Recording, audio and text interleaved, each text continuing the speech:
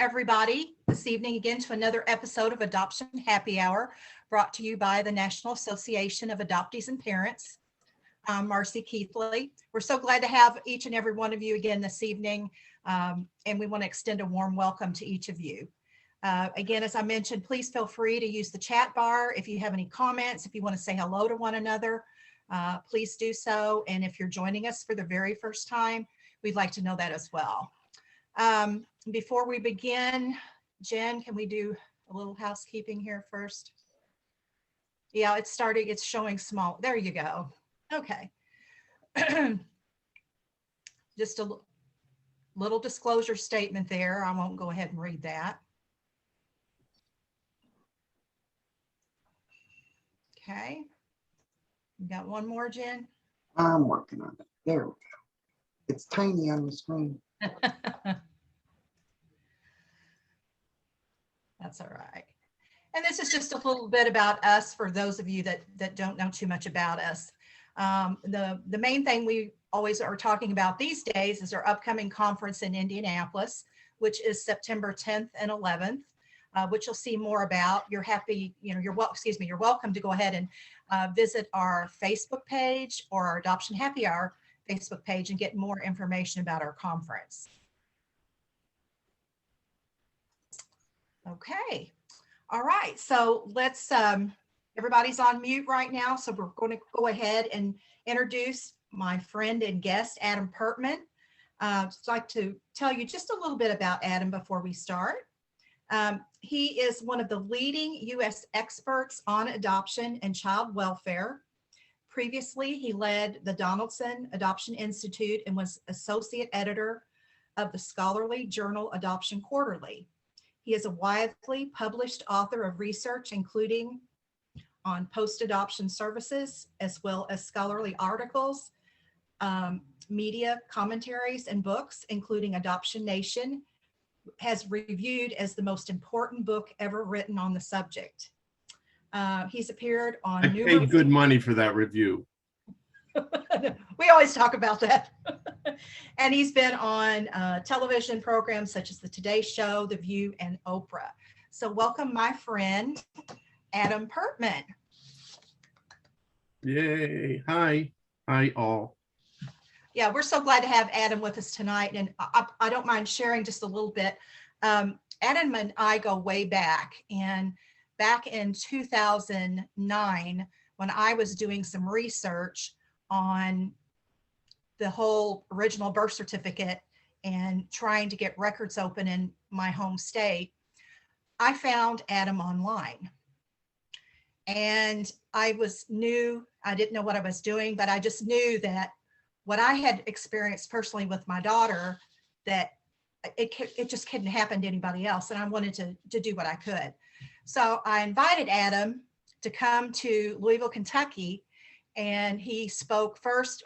He spoke first at Indiana University that afternoon and gave a presentation. And then we went over to the Brown Theater Saturday night and had a special program, and he presented there as well on the importance of open records. So we made a fun, full weekend of it, and we've been friends ever since and allies ever since. He also was instrumental, and he testified on behalf in Indiana on getting our records open in 2016 when we all testified. So he's very supportive of the movement, and we're just fortunate to have him as a supporter. So I will let Adam share his story, and this is just going to be a open.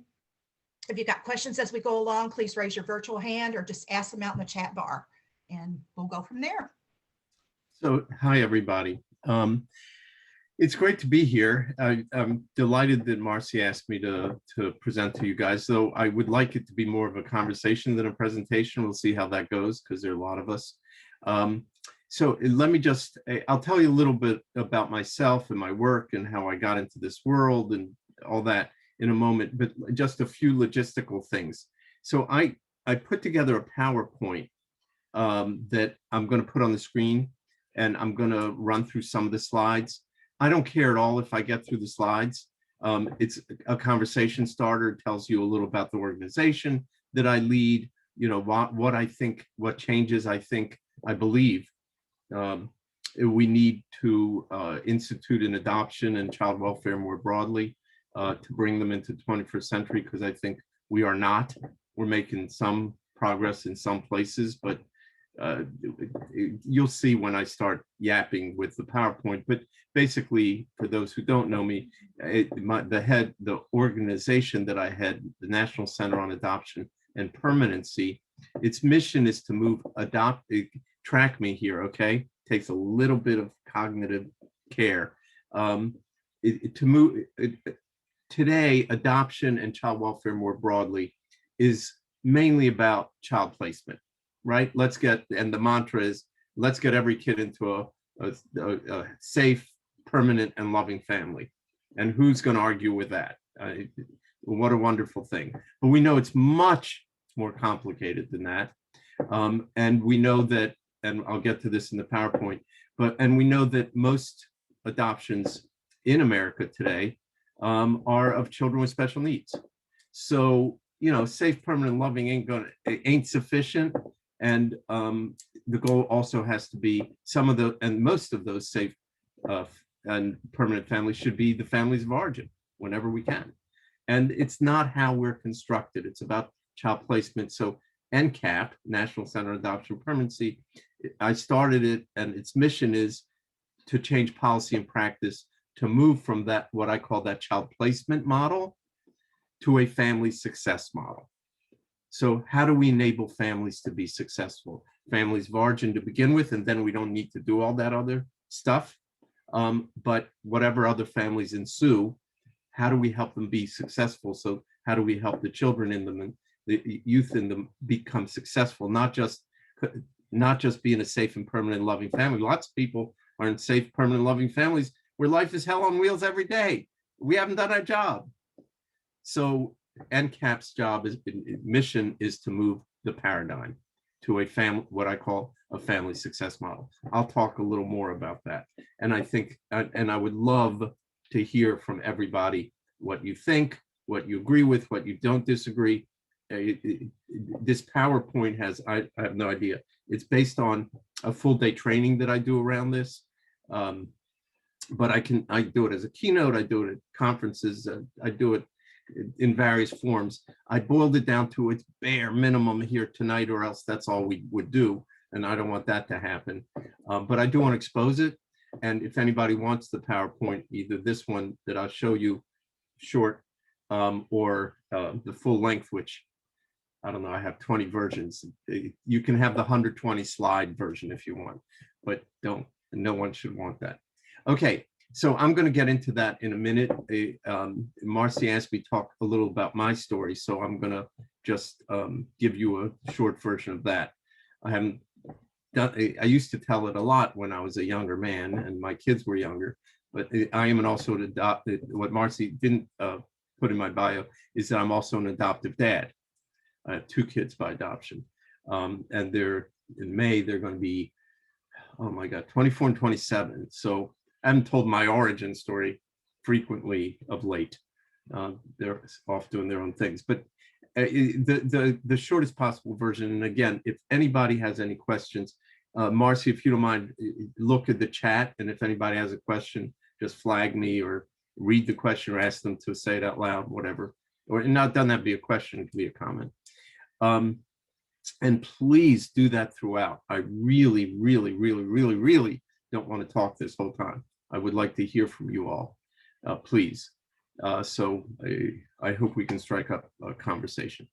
So the very short version of how I entered this world, it was sort of through the adoption of my older child, Zach, but sort of not, mostly not. I was a reporter with the Boston Globe at the time, 20 some years ago. And my wife and I were infertile, you know, common story. We thought we would form our family through adoption.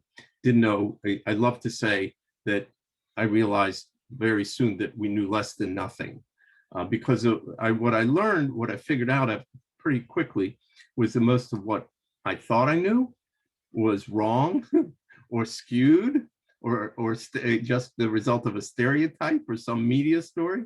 And so we went to our first intake meeting with an adoption agency near where I live.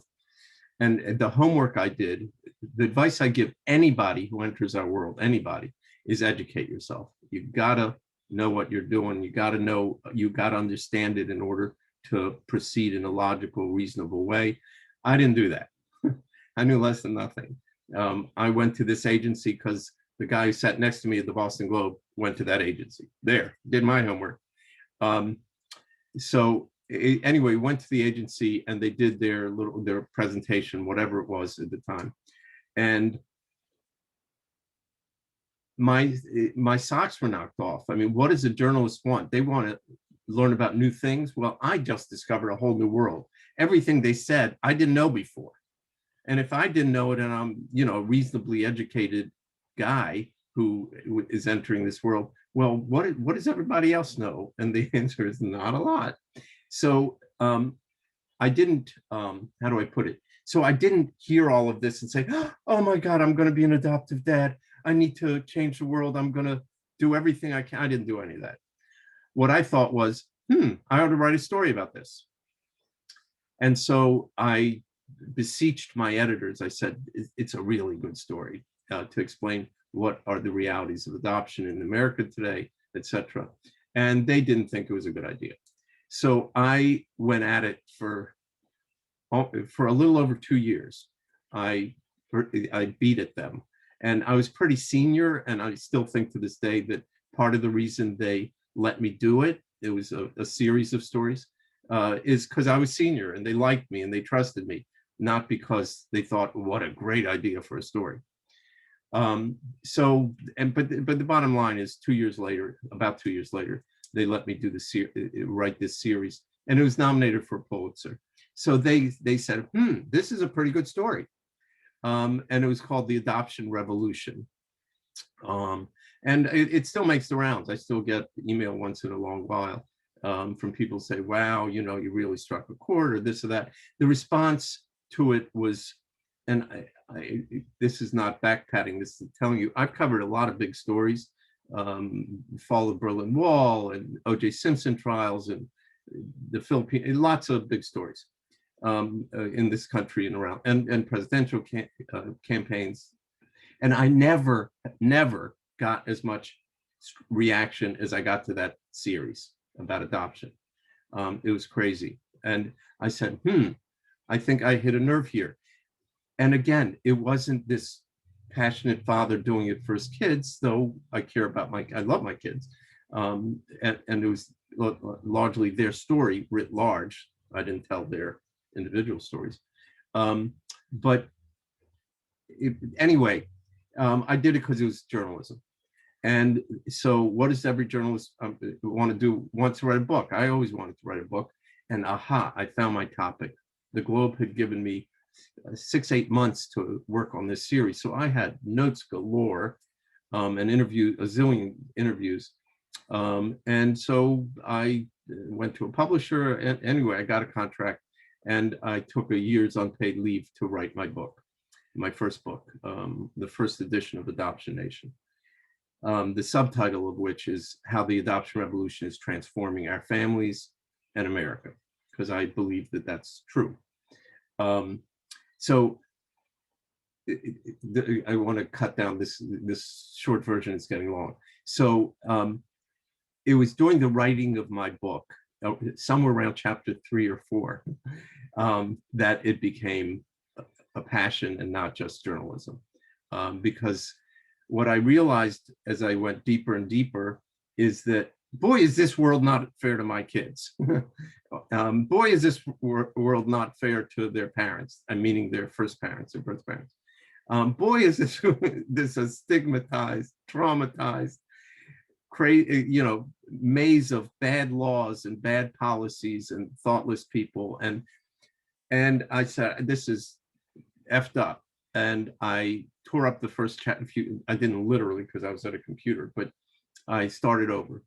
And I infused the work with more more passion, more stories, more people, including my own, which I was reluctant to do at first. And it was still a very journalistic exercise. It's still a good piece of research, but it became something more than that. And after the book came out, it was a bit of a thing in the field. People still use it. And I used to joke in speeches that after a while, after I went back to work, I realized I need to do what every good dad would do for his kid, regardless of how you became a family. So I quit my job. And I did. I didn't know, there was no net. I didn't know what I was doing next, but I knew what I wanted to accomplish next and what field it was in. And so I spent about a year as a consultant doing some good work in the adoption world, and some just taking work because I needed to pay the bills. And then about a year in, I got a phone call from someone on the board of what was then called the Evan B. Donaldson Adoption Institute. And I knew the organization. It was a very good little organization, well regarded in New York. And I thought, oh, great, a consulting gig, for an organization I care about that does good work. And so they asked me to come to New York to explain what they wanted. They did not tell me on the phone. So I figured it was, consulting. So, and the bottom line is they were offering me a job. They wanted me to be executive director of the organization. So in a nutshell, what I wanted to do with my life and the wherewithal, or at least something like the infrastructure to do it, came together. The stars aligned, however you want to describe it. And I went on. What they didn't tell me, by the way, was that the place was financially failing, and they were really groping. They gave a journalist with no experience in running a nonprofit, they gave him the job because they thought, what do we do now? And I was on TV and I knew what I was talking about, so they figured they would roll the dice. I didn't know that till later, but it turns out I could do it. And so for the next dozen years, I headed the Donaldson Institute, which I later changed the name to Donaldson Adoption Institute, DAI. And it was pretty successful. The work we did helped on opening records and changing policy and practice all over the country, a little bit in other countries as well. It was a very unusual model because I cobbled it together not knowing what I was doing. Very journalistic in nature, in its approach. When we wrote a paper, it did get into good journals, but it also was, on the front page of the New York Times.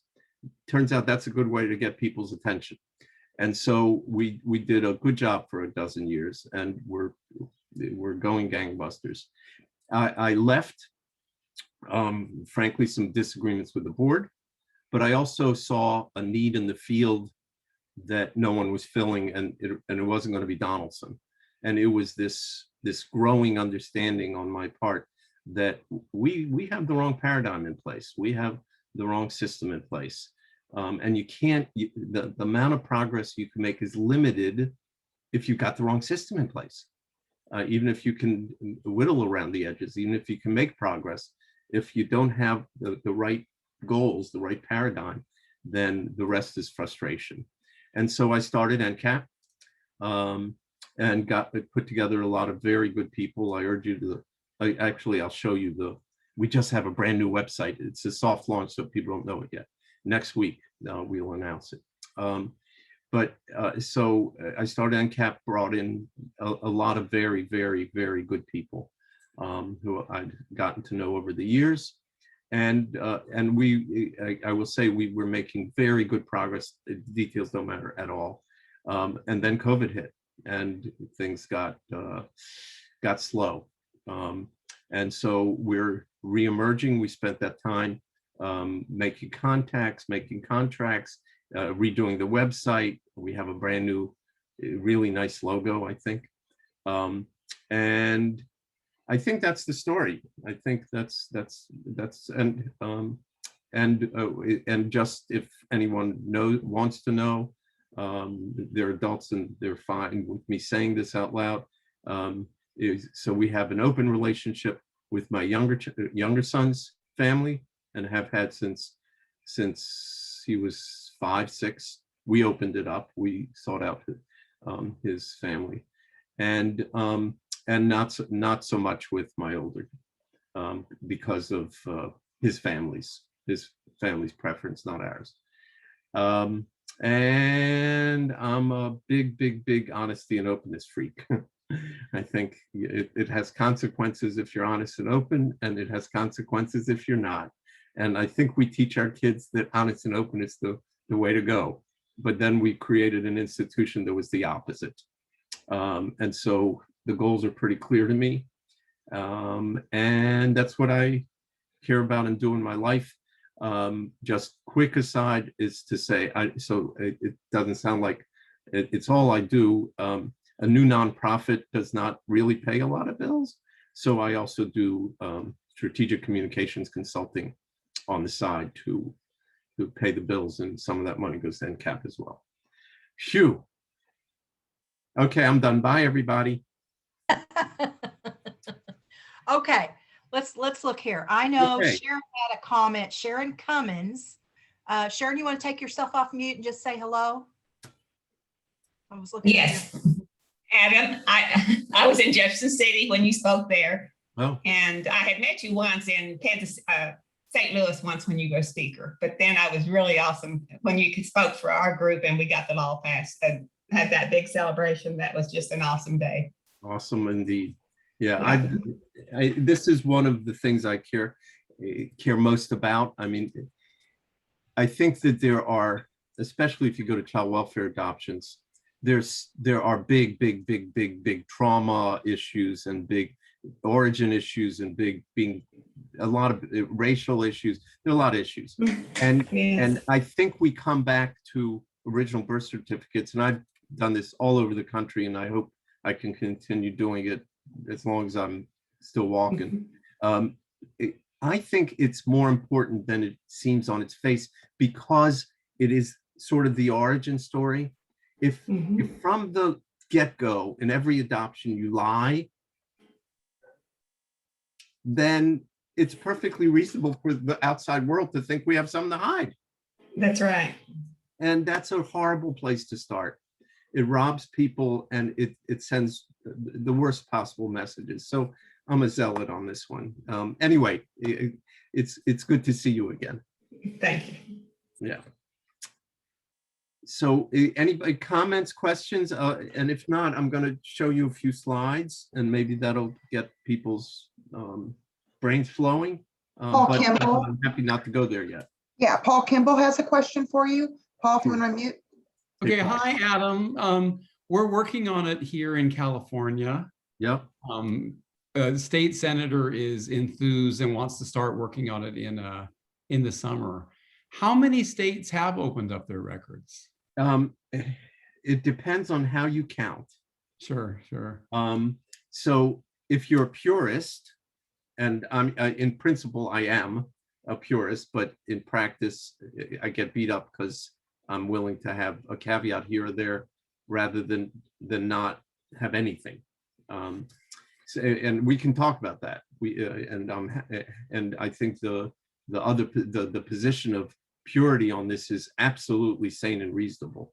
But I've been in too many states where literally 97-98% of all adoptees were going to get their records if we did caveat X. And I get why you don't want to do that. And on the other hand, boy, 97-98% in any legislative battle is pretty amazing. Now, I do think it puts the onus on us, and it should be taken seriously, and it's usually not, to go back for the rest. And because that's where we fail. Well, we did it, and there's a birth mother veto, and so but we're done, and that's what. No, we're not done. That means some people did not get theirs. But I think it should be the last gasp. It should never be the opening gambit.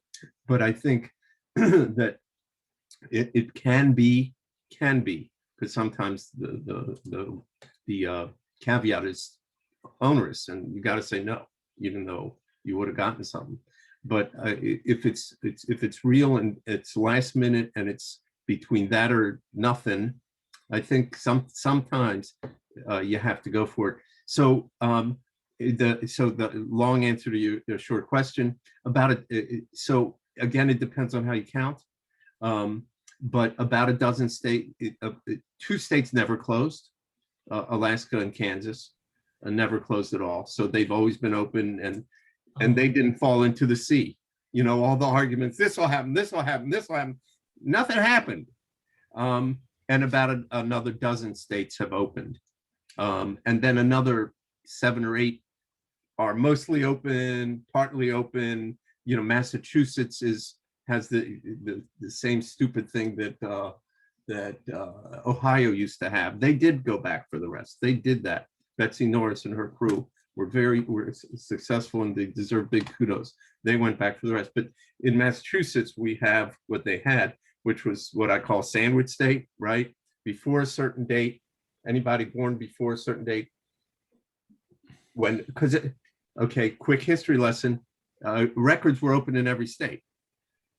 They closed in the 20th century over time for reasons that had nothing to do with what people think, why they closed, nothing to do with what people think.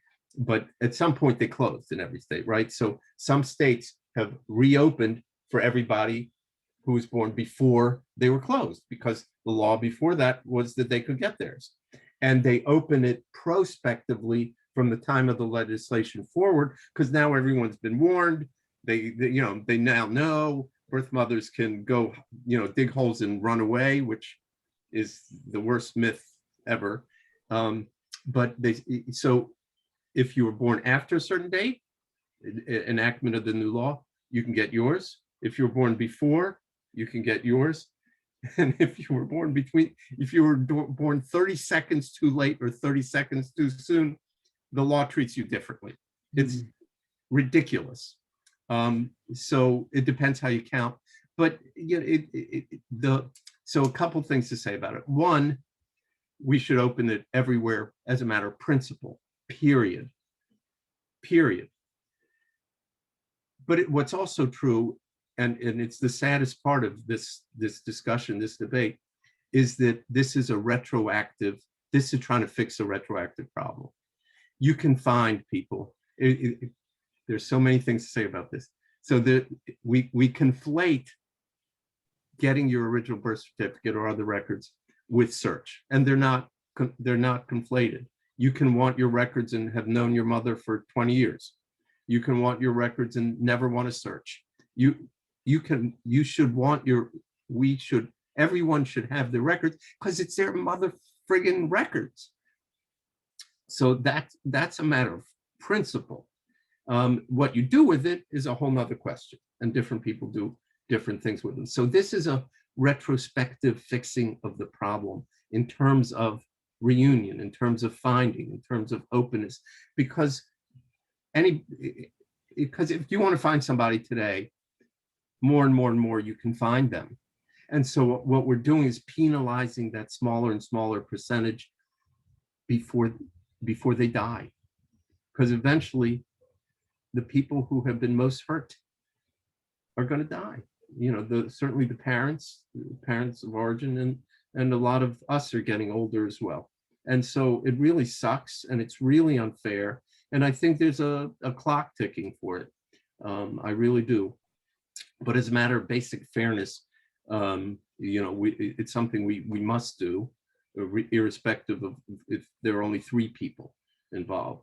We must do it. And if I can help you in California, I'd be happy to. 10 years ago, the adoption world went like this to each other and blew it up in California. It turns out there's a constitutional a part of the California Constitution. This is something important to know, that makes it a very complicated question, giving up those birth certificates. And so in any case, 10, 12 years ago, when there were 2 different factions of adoptees and other supporters who just kept butting heads and ultimately legislators said, they don't even know what they want. We're not getting in the middle of this thing, and it blew up. But I would love for that to happen. And if I can help, I'm happy to do it. Okay, thank you. Okay, Adam, we have someone driving. Kamiko, I hope I didn't butcher your name. She's asking how your family is navigating the fact that one of your children's birth family is in reunion and the other is not. So maybe what challenges you're facing there. Well, honestly, and I always try to be that, not many now, because my kids are much older. The challenge was really, I'll tell you a story and I'll see if I cry or not. My older son has Asperger's and is not, very emotionally demonstrative. And he was the one who was with whom we do not have an open relationship with his family. And anyway, I don't like it much, but it is what it is. So he has two good things happen. One incidental and one good. The incidental is that emotionally he just wasn't as connected to the argument. I mean, that's just happenstance. I mean, he was absolutely. We did visit with his family, his mother, his birth mother, and her husband, and siblings. Zach has siblings, and it was he liked it. He wanted it. He was not particularly enthusiastic. Partly he was a boy, and partly it is who he is. But I'll tell you a quick story, and I really will. I haven't told in a long time. Oh, and the other thing that was a good thing was that my younger's family embraced Zach and brought him in as as a full sibling and with a grandmother, and they really got it, and they made him feel as though he has family. So his sister's family was his family. The lack of language around all of this is also interesting. So, boy, I haven't thought about this in a long time. So Zach is who he is, and we did what we thought was right at every step. I'm not saying we took all the steps perfectly, but we tried. Anyway, Zach was somewhere around 10. I can't tell you exactly. And every night I would go in and sing him a song or read to him or whatever, something every night. And so this particular night, and adoption is not like a secret or rarely spoken in my house. I mean, it's part of the reality of our lives in every way, professionally and personally. Anyway, so I go in his room in a bunk bed, and I go in his room and he's reading, and I sing and say goodnight, whatever. And for no reason that I can remember or think of, again, adoption is no secret. No, I said, Zach, do you think much about adoption? He looked up from his book, said, nah, not really. Well, okay. And then I left the room. And a wise person once told me, you can't get the answer you want unless you ask the right question. And I realized as I walked out that I asked the wrong question. And I walked back in. I said, Zach, do you ever think about your birth mother? And he looked up. And he said, oh, all the time. And went back to reading. So you get educated every day. So yes, real disparity between the two kids. I think we tried hard to both explain it and make it feel like okay, and not in a way that hides it. It's something we had to deal with, and he had to deal with. So I don't know how much of an answer that is, but it certainly it educated me a lot. That's for sure. Excuse me a second. That was unexpected. Okay, hi. But it's okay. It's allowed. Yeah, We do that. I'm We fine seem with to it. do that a lot here, don't we, guys? It's all right. Yeah, it's more than all right. It's more than all right. So should I show you guys some slides, or you got? We got a couple more questions here. Yeah, let's go. Let's go. I'd like not to get to the slides. Michael Knox, you want to take yourself off mute?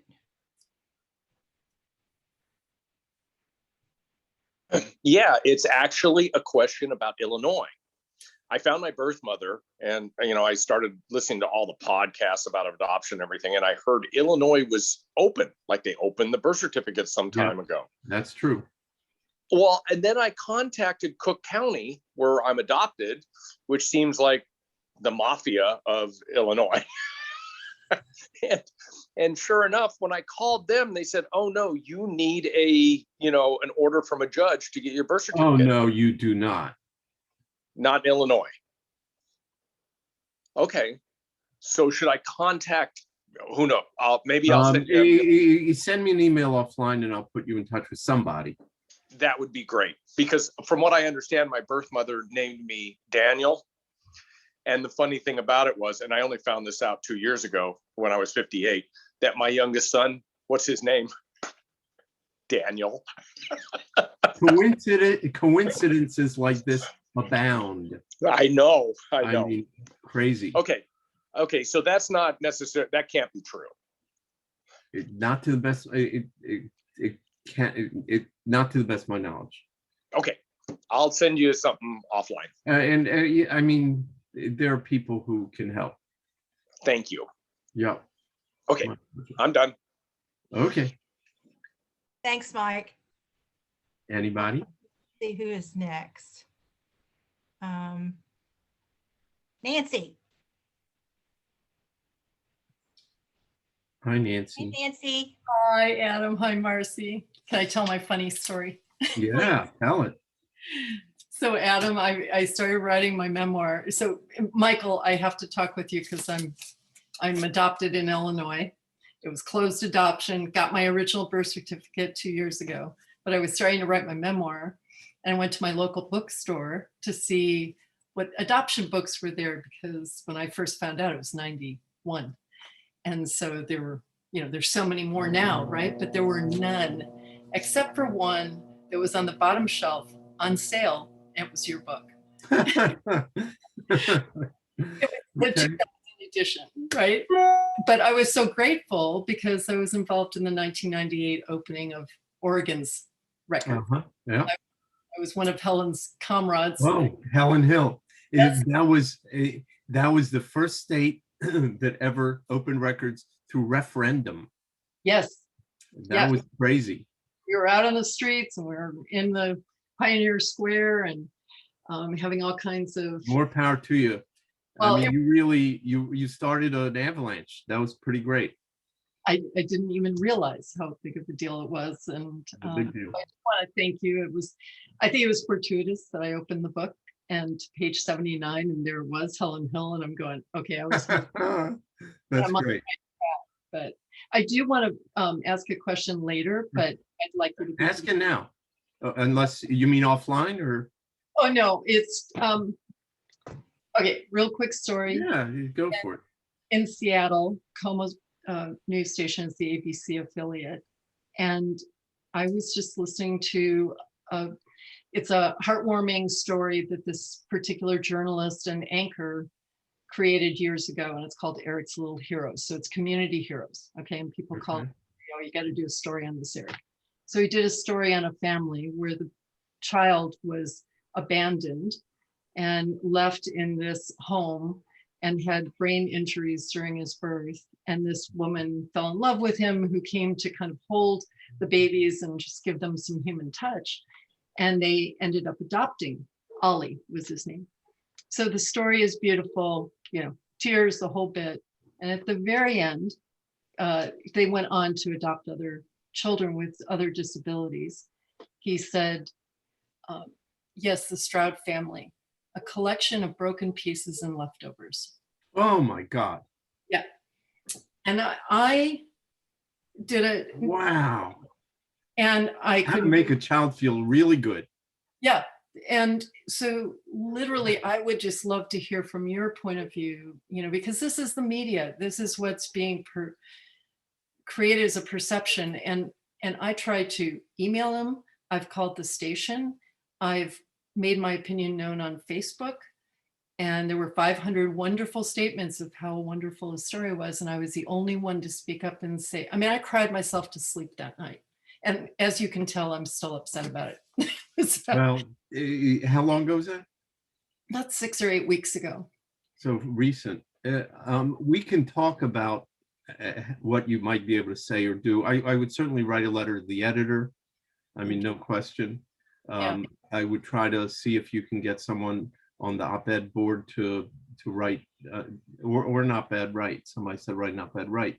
Easier to get the letter to the editor published than an op-ed, but it's certainly worth a shot. And if you can talk to a reporter, probably not a reporter, but someone on the editorial board who writes op-eds, then, and tell that, then they might tell your story. And that would be useful, helpful. But there's a bigger picture, right? That you're not going to change no matter what you do. And that's, we're still finding the perceptions that have been built over 100 years. And the reporter, who's probably a very well-intentioned person, it didn't know better. It wasn't meant to be negative. It was meant to be positive. It was just so ignorant that it's hard to exaggerate, right? And ignorance, as we've learned over the years, is very hard to battle against. Which does not mean you shouldn't do it. I think you should, but I think we can fool ourselves sometimes, and speaking for myself as well, into thinking that we can have more impact than we do. But we don't have any impact if we don't do anything. Right. And it is cumulative. It absolutely is cumulative over time. That sucks because we want it fixed now. But if you don't wade in, then nobody's going to wade in. Yeah. Well, thank you for all of your journalism on the topic. I think this goes to show there's still more work to be done. Oh, there's more work to be done. There's no question about that. Thank you. Okay. Thank you, Nancy. Okay, let's see who's next here.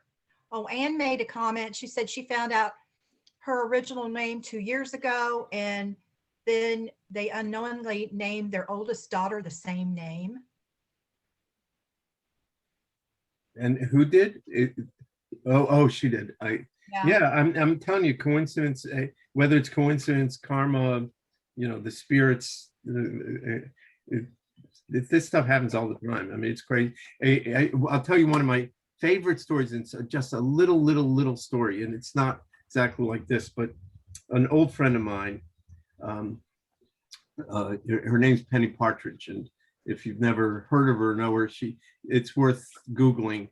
And she's a poet and a writer, and an adopted person. And this is another really old story, but again, these are the things that stab at you and in a good way, give you, pierce you with understanding. So Penny, why I remember this is anybody's guess. I don't know what I was doing last week, but Penny, I'm pretty sure she found her mother in Colorado, and she went and they met together, and they had lunch or something, and Penny holds her teacup really oddly. I don't remember exactly, but it's not just with a pinky out, but it's a pinky and another finger doing some other damn thing. And her mother was across from her at the table and picked her cup up and holds it exactly that way. And you go, OMG. There's nurture and there's nature. And it can be quite extraordinary.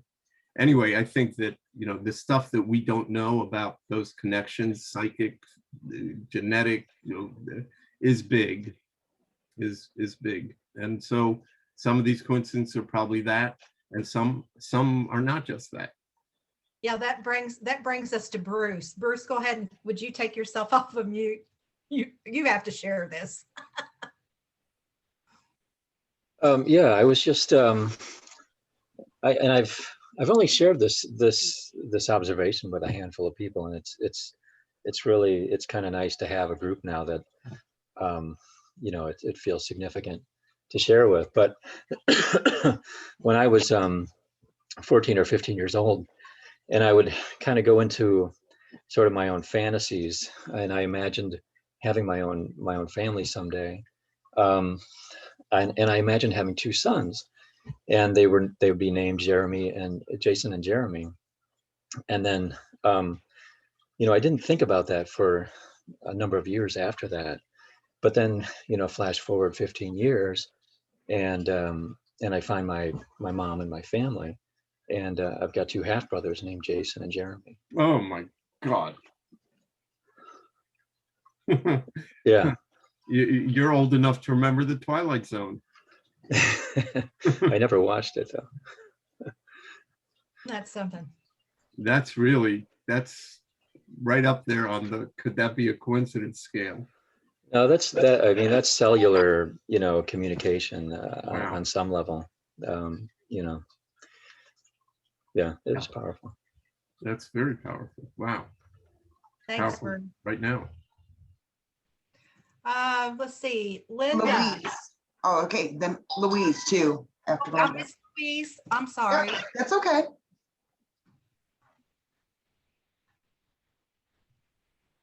Hi there. Hi there. Thanks for being here.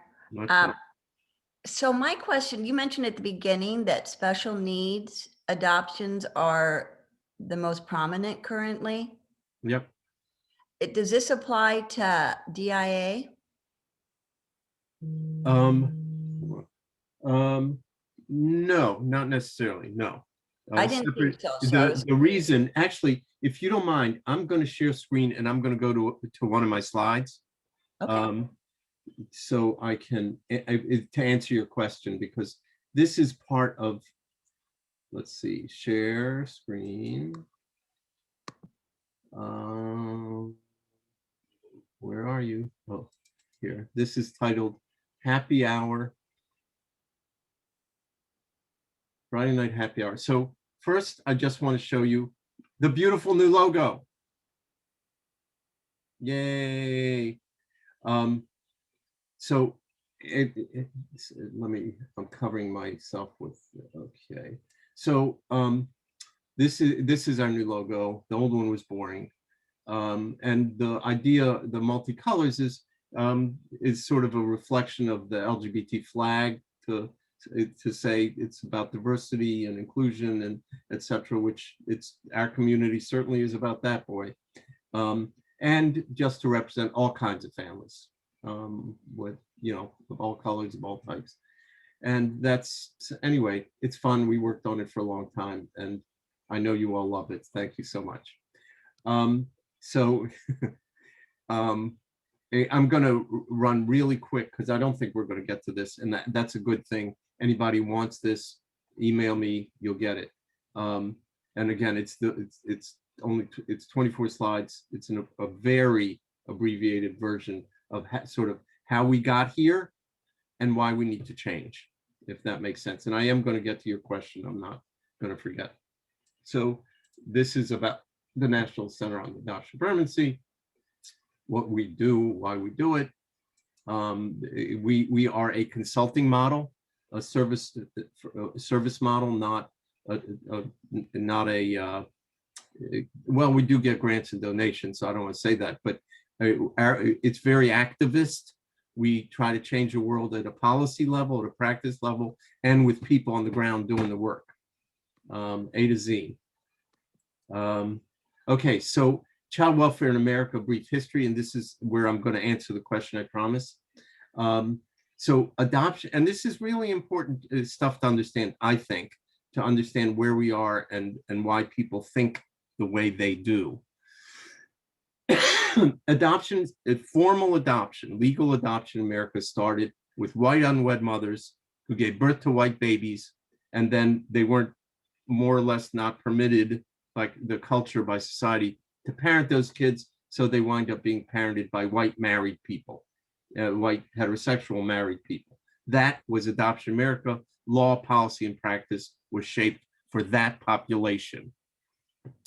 The permanency plan for kids in foster care was foster care. In other words, there were virtually no children adopted from foster care for generations. I'm going to make this very quick, I promise. So there was secrecy, stigma, and shame all around. Everybody. What kind of woman would do that? Get pregnant out of wedlock? The babies were bastards. Do we love children or what? The babies were bastards. That was illegitimate, was sometimes on their birth certificate, that word. By the way, adopted parents, oh, I'm sorry, you couldn't have any real children. So everybody was stigmatized, and everybody, and it was wonderful all around. The acceptance of single mothers, the legalization of abortion, and birth control instigated the changes that we see now. It turns out that, especially the single mothers, turns out that if you say it's okay for women to parent their own children, most of them want to do that. And that changes everything, because the availability of white infants started to evaporate in the 60s, 70s. And I say world events filled the gap, meaning when the Soviet Union broke apart, we discovered there were children in horrible orphanages all over the former Soviet bloc. You remember the stories in Romania, but all over. And they were not young, they were institutionalized, which has real implications, but they were children. And then China imposed a one-child policy, and nobody thought, oh my God, an adoption event. Oh my God, it was an adoption event. And we all know the history of that. And so what happened is the availability of white infants went down, the availability of other children, both domestically, and because go to the last one, under Clinton, best interest of the child became the measure for children in foster care. And as defined by permanency. That permanency most of the time was and still is returning to the family of origin, but with new rules. Some good, some not so good, but best interest of the child, and these kids became available for adoption. And so it started, this is the adoption revolution that I write about and talk about. It changed the families. I mean, families, it wasn't white infants born, all that thing that I just explained. It was all kinds of kids going into all kinds of families. And that changed everything. So some of you will know what the pictures here are. This was a 1950s, 60s show called Father Knows Best. If you watched television back then, you would know that there were no people of color in America. Because there were none. This was the family, and it's obviously changed a lot. I'm not going to go into the presentation around that. It shifted practice, it shifted policy. What we were trying to do back then was fit a square peg into a round hole, right? There's one way to form a family, and that's what they told adoptive parents. You just raise her as though you gave birth to her. Well, she was born in Korea and I'm white. Now, exactly how did that work out? But it was always a phony kind of, and with some people well-intentioned and some not, but it was always a wrong-headed thing to do. But social workers were trained that it was the right thing to do. Oh, just raise her as though she was born to you and everything will be just fine. It'll be a win-win, chosen child. Well, it wasn't true then and it's not true now. So actually one thing that I love to point out, where is it? So when adopted people, maybe there are some people on this call for whom this was true, and this is where we were, when adopted people went back to their agency and said, I want to find my parents, I want to find out about myself or my history or whatever. The answer was not uniformly, but mostly, almost always, oh, is something wrong? Do you want to see a psychologist? Are you having problems with your family? So wanting to know the same things that everybody else knows as a birthright meant you had something wrong with you. That's where we were, at the square peg into the round hole. Okay. Okay, I'm 2 slides away from answering your question. Aren't you sorry you asked? So one result of the greater openness and honesty that we now have is there's more complexity. I mean, if all you did was lie to your kid once and pretend you never have to say anything again, that was easier. Or if you drove somebody underground and said, never mention this again, that was easier. It was just really hard.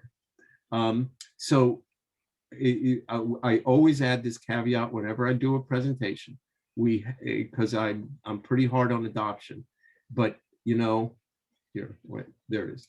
Remember, only adoptive families are complicated. And when I talk about adoptive families, I talk about the extended family of adoption, because I firmly 100% believe that the people who created my children are related to me and to them. And, my kids' siblings are related to each other and to us, and we're an extended family. We don't have a name for it. We don't, and that's a bad thing. We have names for things that are, quote, normal. And this thing was so hidden for so long, we haven't even developed the vocabulary. But anyway, the caveat is that only adoptive families are complicated because step families don't have any complication, nor do divorced families, nor do grandparent families or single parent families, or families 2 dads or 2 moms, or families with children. They all have easy lives, and we have complications. So sarcasm accepted. We need to have perspective. Families are complicated, and boy, do a lot of people have complications in their lives. Our job is to deal with the ones we have.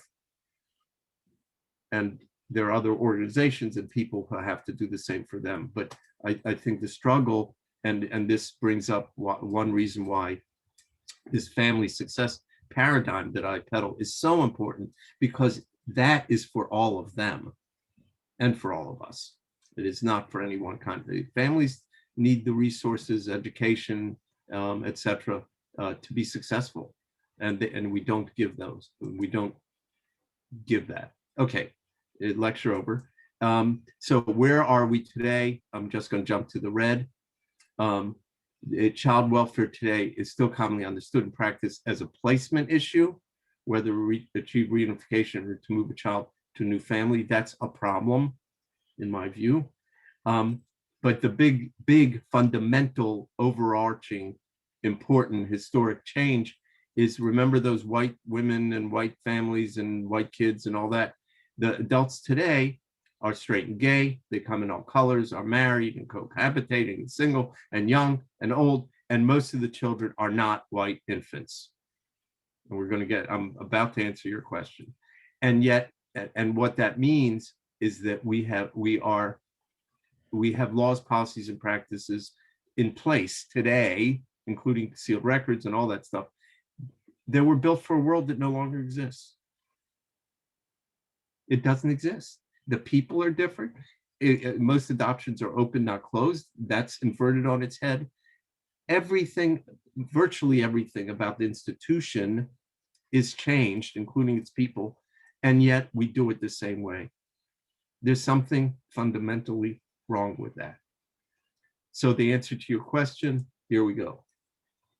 So most kids, and this is a few years old, so the numbers are a little off, but the vast majority of children, this 15% is probably now more like 8.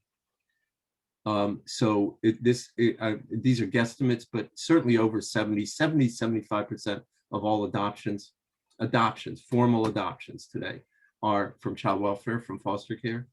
A small percentage is from other countries, and most of the children were institutionalized. Most of these children were placed in foster care because of abuse and neglect. And so what we have is, if you do these numbers, over 80% of all adoptions today are of children with special needs. At some level, small or larger, but at some level special needs. And by the way, this remaining percent of infant adoptions, they are not all, they are by no stretch all healthy white infants born to white, et cetera, et cetera. They're biracial, their parents are gay, whatever it is, they need some education and they need some resources.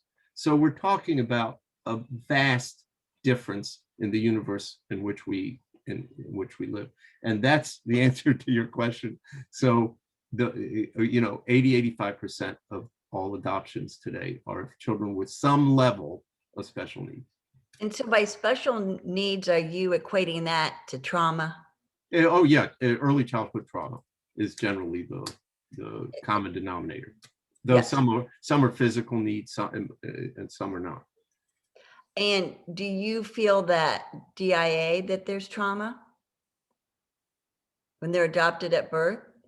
Do you Sure. feel that's different? Well, there's more trauma in these two groups. It's not, that's what I said. You say that the infant adoption is not, without its issues. For Right. it's I certain. know many that have a lot of trauma that DIA. Absolutely. And Yeah. I think there's trauma that is not just, sort of the primal wound stuff, but that is harder to sort of get a handle on.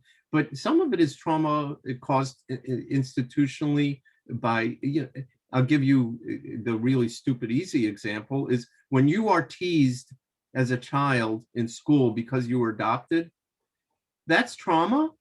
When Yes. your parents lie to you and you discover later that they lied to you, that's trauma.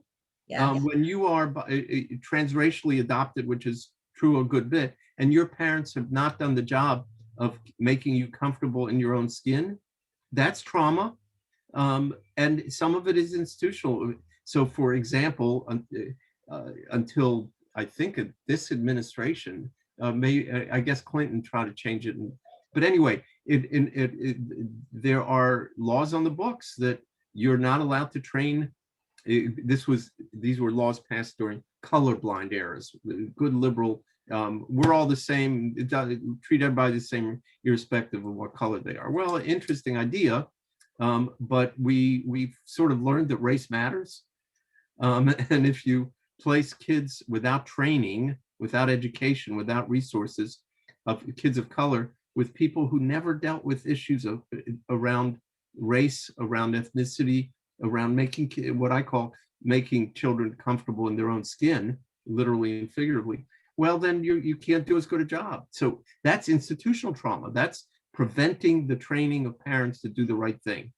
And so there's lots of issues, trauma and something less, microaggressions that occur all the way around. Again, they happen to lots of other people and families as well. But there are other people doing the work for them. We'll do it for us. And institutionally, these are the issues that we just have to get right if we're going to have sane people. Yes. Okay, Thank that's you it. very much. You're very welcome. So how are we doing on time? Are we all right? It's 10 after 8. So what I'm going to do is, because I got this far, and boy, did you guys get the Cliff Notes version. I'm just going to run through the rest of these just to show you what it is, and then we'll talk till this is over. So I think that it's more or less clear where I was. So this is the pie chart. So the vast majority of kids now were abused, neglected, or institutionalized. Important to say, before they were adopted, right? And that's how they got to where they got. So most laws, policies, and practices were created for a world that no longer exists. And so the rest is research, how I sort of came to all of this, how I put together the puzzle pieces. And these are all studies that we did at the Donaldson Institute. Most of the people from the Donaldson Institute are now at NCAP. And we just, with the new website, which I urge you all to take a look at, it's ncap-us.org. So we just, in the remaking, and the Donaldson Institute, I should say, a couple of years ago, went under. My successor, I'm not going to go there, but my successors did not do so well. And so it's heartbreaking for me to talk about a trauma. But anyway, so the new site I appropriated, I didn't appropriate, I downloaded and uploaded. Most of the research and other work we did at Donaldson is now on the NCAP site because people still use them, educators use them, policy, people, and they're very hard to find. So so now they're findable again. So I think we did the only real work, research related work on the role of the internet on adoption, which is profound and is a whole day training. But we did 2 pieces of work on that, Untangling the Web 1 and 2. And this just is between the internet and DNA testing. Boy, secrecy is not just hard to keep, but I think over time will be near impossible to keep.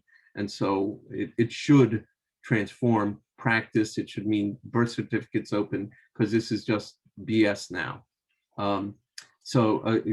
This was a study on openness in adoption, found 95% of agencies at that point were offering open adoptions. That was radically changed. Keeping the Promise was about post-adoption services. Changing World is about inter-country adoption. We did the only, I'm quite certain we did the only formal studies of unsealing original birth certificates. There's a For the Records 1 and a For the Records 2. Safeguarding the rights and well-being of parents. Beyond Culture Camp on transracial. Expanding resources for children on LGBT. And that leads us into the future. What do we know will happen? Almost for sure, the era of closed adoption will end. The extended family adoption will expand. Most kid adoptions will not be of infants. Search and reunion will be routine and expected. And the best way to shape the future is to create it. And that's what we're trying to do. And how we, and I'm not going to give you the whole soapbox, but when I talk about the changes that we have seen in just our lifetimes, it has gone from closed to open. And I'm not a Pollyanna about this. I see all the warts, and my work is about fixing it. But in our lifetimes, from closed to open, from no kids, from foster care being the permanency plan to children actually finding families. Again, lots of caveats. The changes we have made are so fundamental and so big that, and this is the punchline of a very long speech. If we did that, we can do this. And I think we have to do this. I think that it is about realizing who we are, where we come from, and doing it for all the right personal reasons. But institutionally, we have to change it so that the crap stops happening. Okay, question. I'm good. Okay, Adam. Yeah, we do have a couple more questions, and then we want to talk about your book giveaway. So let's see, Louise. I know we didn't forget about you. I know you had a question. Can you take yourself off mute? Sure. I just had a question about Massachusetts with the OBCs. Yeah, sure. Are you still in Massachusetts? Oh yeah. Are you speaking to the legislature? Do you think this year it might get pushed? Because I'm part of that donut hole. Sorry about that. The answer is that there is an organized organization in the state and working at it. I'm not part of the leadership of that, but I do contribute and I do help. And the answer is, I don't know if it's going to happen this year. It's COVID has really overtaken every agenda. And between that and Black Lives Matter and I'm not making excuses. They should do it yesterday. But I don't know if the agenda is going to permit it this year. But I'm also working with Connecticut and Rhode Island, and it's still not, we ain't done yet. We got New York though, that was big. Yeah, and they were really close last year. It got all the way. We were very close. To the Senate, and the COVID hit and it shut things down. So exactly. But I was happy to see that both are on the books again this year. Yeah, yeah. I mean, I think we're gonna keep trying, and should. And I mean, it's a winning battle in the end. The other side has no arguments that are legitimate. But how long it takes to get to that point is your guess as good as mine. Thank you. Thank you for helping with that. I appreciate it. Of course. Thank you, Louise. Jennifer, you had a question. Oh, yeah. Adam, I just was curious. What are your thoughts about these states that are allowing same-sex couples on the birth certificate? So you have two moms, two dads, not biologically possible. So just what are your thoughts on that? Well, my thoughts are, if you're going to do it for heterosexual couples, then you got to do it for gay couples. I don't have a problem with that. I have a problem with amended original birth certificates, period. I mean, for those who don't know, you probably all do. With every adoption, there's when it's finalized, the adoptive parents get a birth certificate that looks original, original amended, which is not really English, but get a new birth certificate showing that they gave birth to the child. It's a lie, obviously. And you know, when it's two men or two women, it's more clear that it's a lie. But you know, most adoptions are from foster care. That means that 8-year-old or 12-year-old or 18-year-old who is known his family his whole life, or her family, the adoptive parents get a birth certificate. The two white adoptive parents get a birth certificate showing that they gave birth to a black 18-year-old. I mean, it's ludicrous. It's a battle I would love to fight, but there are bigger ones first. I think there should be no amended birth certificates. There should be an adoption certificate that has the weight of law, because that's the idea of doing this. You know, you can show it to the school, you can show it to the doctor, you can make yourself feel better, but it's fine. I did it by adoption. That's okay. That's just the truth. And so you should get your original, and there should be an adoption certificate. So I think that the issue is not whether they're two men or two women on that new piece of paper, but whether that piece of paper should exist at all. I agree. And then just another situation that I know of personally. So a mother got a donor egg and she gave birth to the child, inseminated by her husband. So yeah, on paper, and as far as she's letting the world know, that is their child. And she has no intention of ever telling this child that she was a donor egg. She said, because I didn't have to adopt my child. So the easiest way to understand how effed up that is that you're not just lying to your kid, period, per se, just lying to your child from day one, but you're also lying about their medical history on one side. And that has potential real life consequences. That's just wrong. You can't, if you have medical information you can give to another human being, to deprive them of it is messed up. And so I think that that's the practical level, but the moral level, the righteous level, is that it's wrong on its face. The last chapter of Adoption Nation is called Old Lessons for New World. And I stole that. I stole the idea and the title for a research paper that we did while I was at Donaldson too. And it's adoptions lessons for the new world of reproductive technologies. They're making, you just cited one of them, but they're making the same mistakes we made. They're just repeating them. You know, the fact is that and the terminology, another analogy is the terminology is messed up.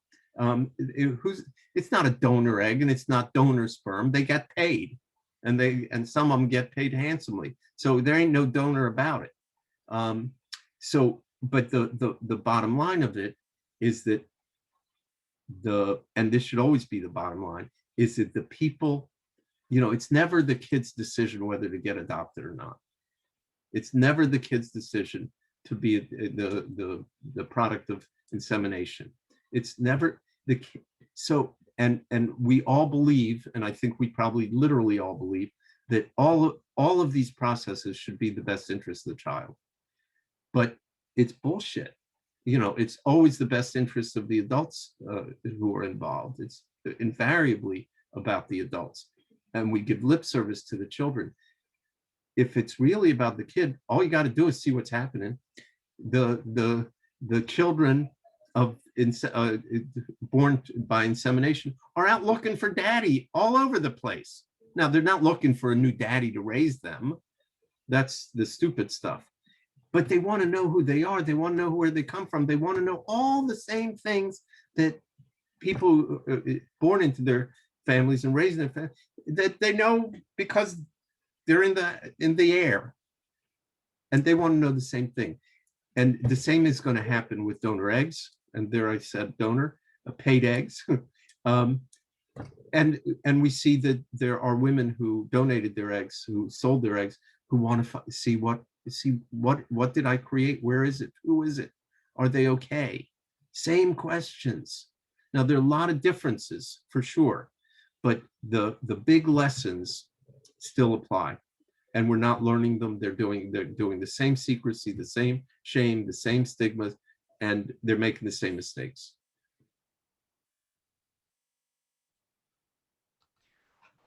And I don't feel very strongly about it. Not at all. No.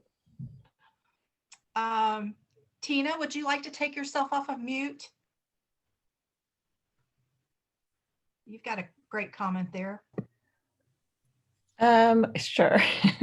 So I had recently applied for my biological father's death certificate, and it just was ironic to me that I can apply as his daughter with a notary. And I was really expecting not to receive anything or to be denied. And there was two options of getting, I guess, the legal death certificate, and there's another one that has a stamp across the top of it that's like non-legal something. And so I just felt like I'm applying for the real one. I don't want a stamp on it. I want to be able to read what it says. And in my mind, I was thinking they're going to deny it and they're just going to send it back to me and cash my check. And I received it. And I thought, wow, I can't even get my original birth certificate, but I can get this as his daughter when legally I'm not his daughter. And So, because the left hand doesn't know what the right hand's doing. right. It's just frustrating. It's just an example of. Oh, I'll Yeah. tell you a quick story. This is really an old story.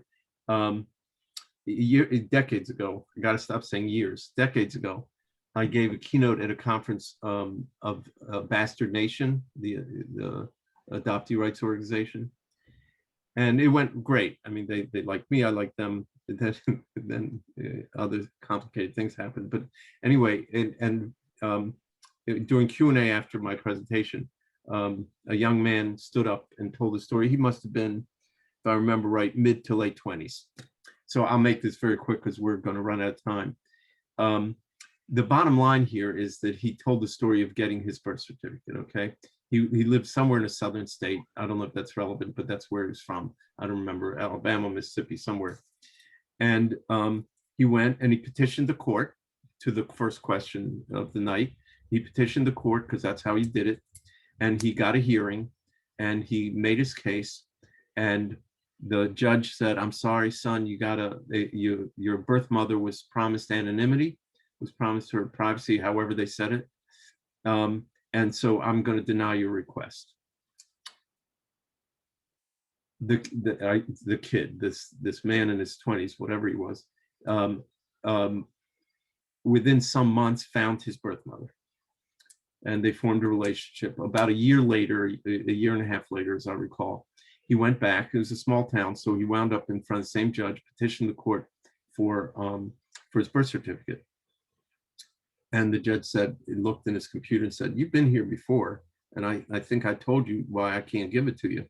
And the young man says, and the woman sitting next to this guy stands up and says, I'm his birth mother and I'm fine with it. And the judge says, I'm sorry, the law is the law, denied. It's not, to your point, it's not really grounded in a whole lot of logic and thought. It's still grounded in stigma, shame, misconceptions, stereotypes. It's really hard to learn about secrets, and we are still paying the price for the secrets we kept for so long.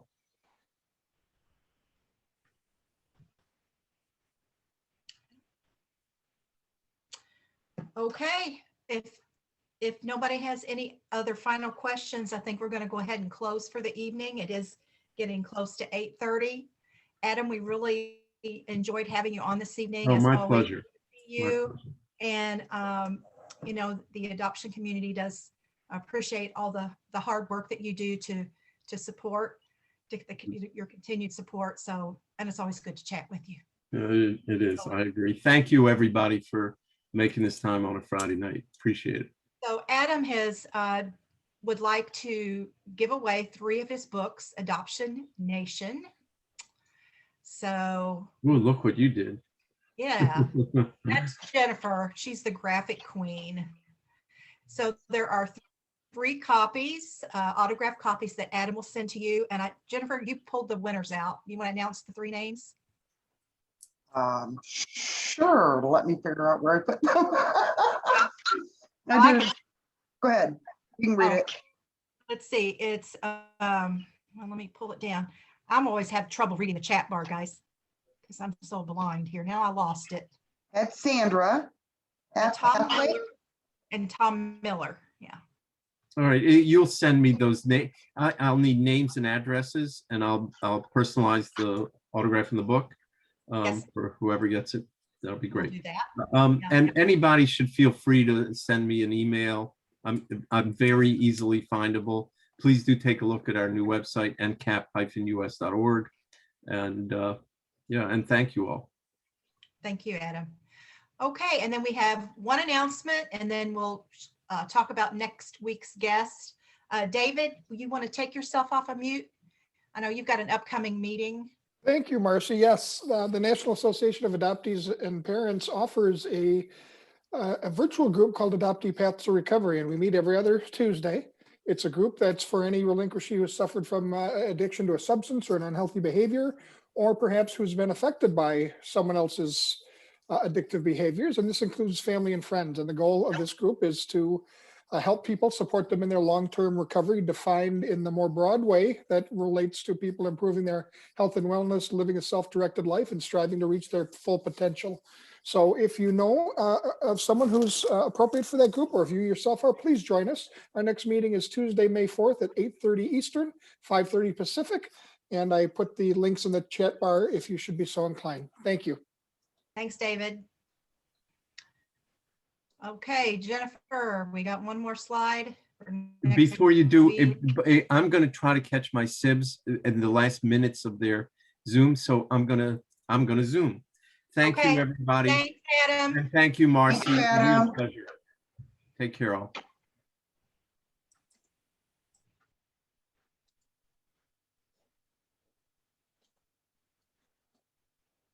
Okay, next week we have Jeanette Yaffi. She is an adoptee and runs the SELA Center out in California. She's got an interesting story, and she does some really nice work in the community. So we're looking forward to chatting with Jeanette. So I hope you'll mark your calendars and rejoin us again next week. Anybody else with any last comment? We appreciate everybody joining us again this evening, and everybody have a great week, and we'll see you next Friday. Thank you. Thank you. Bye-bye. Bye. Thank you.